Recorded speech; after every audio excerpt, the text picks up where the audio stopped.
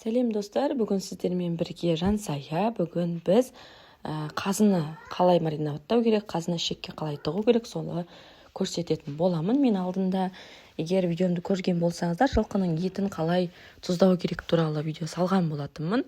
Енді осы қазір жылқының етін қазысын қалай тұздау керек, соны көрсететін боламын. Екеуінің тұздығы бірдей, чеснок, қара бұрыш, тұз үшеуін жақсылап араластырып, осылай жағып шығасыздар. Мына жерде сүйек не үшін десеңіздер, басқа өңірлерде сүйегімен бірге салады екен.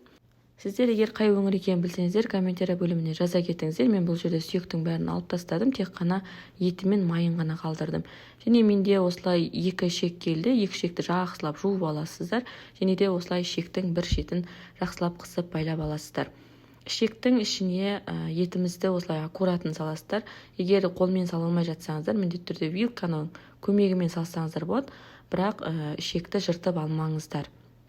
Жақсылап барлығын салып аламыз.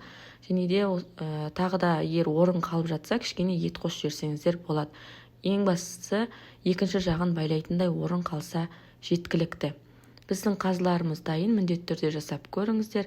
Ас болсын, арнаға тіркелмеген болсаңыз, тіркеліп кетуді ұмытпаңыз. Сіздермен бірге болған жансая. Келесіде қандай тағам пісіру керек, қандай етті маринадтау керек, соны комментарий бөліміне жазып кетіңіз.